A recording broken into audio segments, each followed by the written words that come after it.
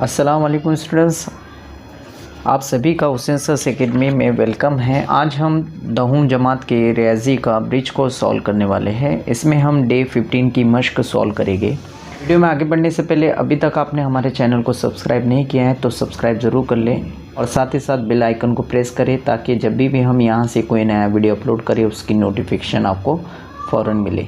चलिए video start करते हैं। देखिए सवाल नंबर 1 में हम देख पा रहे हैं, यहाँ पे सवाल नंबर 1 है, झेल की मिसालों को मसावात की सूरत में लिखकर हर एक की 5 हल लिखिए। तो यहाँ पहला सवाल है, जिन दो आदात का मजमुआ 21 हो ऐसे आदात मालूम कीजिए। ठीक है, तो यहाँ पे हमें मसावात की सूरत भी लिखना है, तो पहले हम उसे लिख लेते हैं। यहाँ पे मसावात की सूरत क्या बनेगी, यहाँ पे देखिए बहुत ही आसान है। जिन दो आदात का मजमुआ, वो दो आदात हमें नहीं पता है, सपोज़ हम उसे x ले लेते हैं और दूसरा y ले लेते हैं। उनका मजमुआ यानी जमा करें हम, कितना आना चाहिए 21। ठीक है, तो यहाँ हम 21 लिए हमने। अब देखिए कोई भी हम नंबर्स यहाँ पे ले सकते हैं। जैसे अगर मैं यहाँ पे लूँ x बराबर 10 तो y बराबर कितना लेना होगा हमें 11, टोटल कितना हो जाएगा 21। ठीक है, इसी तरह अगर मैं यहाँ पे x बराबर मैं यहाँ पे 12 लेता हूँ तो y बराबर मुझे क्या लेना होगा 9, टोटल हो जाएगा 21। इसी तरह अगर मैं x बराबर 20 लेता हूँ तो y बराबर 1 लेना होगा। ठीक है, तो ये हो जाएगा 21। इसी तरह अगर मैं x बराबर 21 लेता हूँ तो y बराबर 0 लेना होगा। ठीक है, और एक ले लेते हैं यहाँ पे, अगर हम x बराबर 5 लेते हैं तो y बराबर कितना लेना होगा 16, तो ये 21 हो जाएगा। चलिए इसके हल लिख लेते हैं, क्योंकि हल लिखने के लिए भी कहा है हमें, है ना।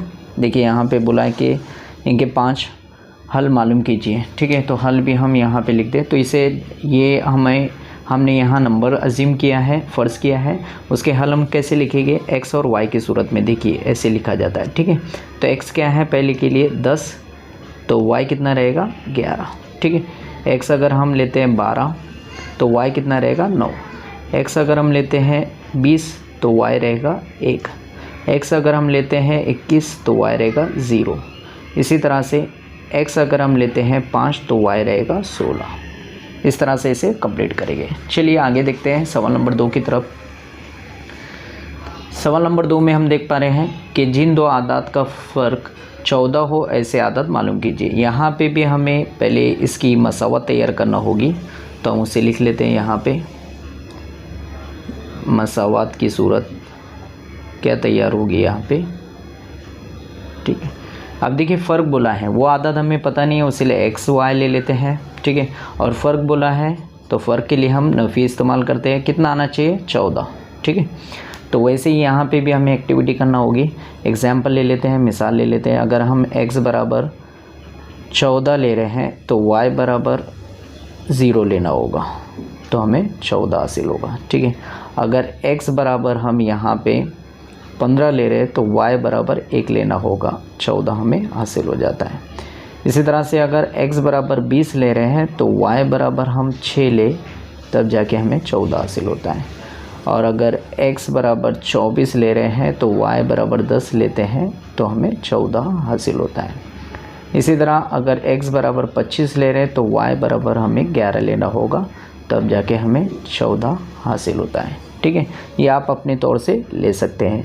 ये हमारी मसावत है। ठीक है, अब हमें इसे हल की सूरत में लिखना है, तो x, y की सूरत में लिखते हैं। x अगर हमारा 14 हो तो y क्या लेना होगा 0। ठीक है, x अगर हमारा 15 हो तो y 1 लेंगे।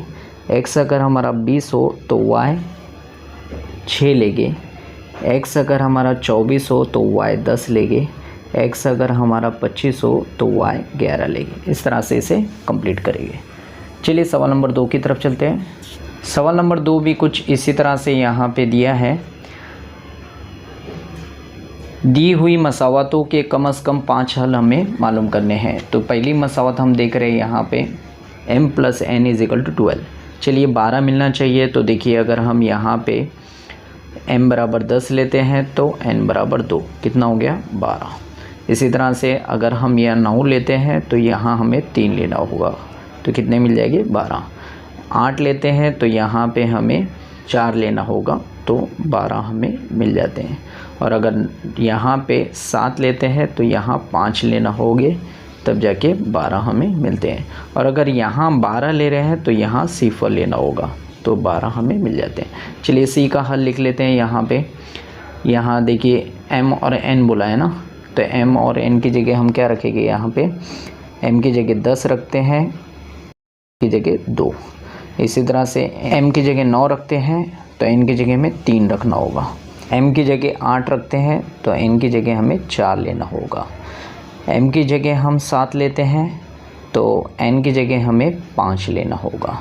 m की जगह हम 12 लेते हैं तो n हमारा 0 रहेगा। ठीक है, इस तरह से हम मालूम कर सकते हैं n। ठीक है, अब देखिए यहाँ पे देखते हैं, इसी का दूसरा हिस्सा है। यहाँ जमा देखा था, यहाँ नफ़ी करना है और वो मिलेगा हमें 4 के बराबर। तो देखिए 4 कब हमें हासिल होता है, अगर हम 20 लेते हैं, यहाँ हमें 16 लेना होगा, ये 4 हमें हासिल होता है। अगर यहाँ पे हम 10 ले रहे हैं तो यहाँ 6 लेना होगा, तो हमें 4 हासिल होता है। ठीक है, अगर यहाँ पे हम 4 ले रहे हैं तो यहाँ सिफर लेना होगा, तो 4 हमें हासिल होता है। यहाँ अगर हम 5 ले रहे हैं तो हमें 1 लेना होगा, तो 4 हासिल होता है। और एक लिख लें यहाँ पे, क्योंकि 6 का है, 6 ले रहे हैं तो यहाँ 2 लेना होगा, तो 4 हमें हासिल होता है। ठीक है, अब यहाँ पे m और n की जगह पे हमें कौन कौन से नंबर लिए हैं वो लिखना होगा। देखिए m 20 ले गए तो यहाँ 16 n हमें लेना होगा, ये 10 ले गए तो ये 6 लेना होगा, ये अगर 4 लेते हैं तो n 0 लेना होगा, ये 5 लेते हैं तो ये 1 लेना होगा, और यहाँ अगर m 6 लेते हैं तो n हमें 2 लेना होगा। तो इस तरह से इसे हल करेंगे। अगर ये वीडियो आपको अच्छा लगे तो इसे लाइक करें और अपने फ्रेंड सर्कल में शेयर करें।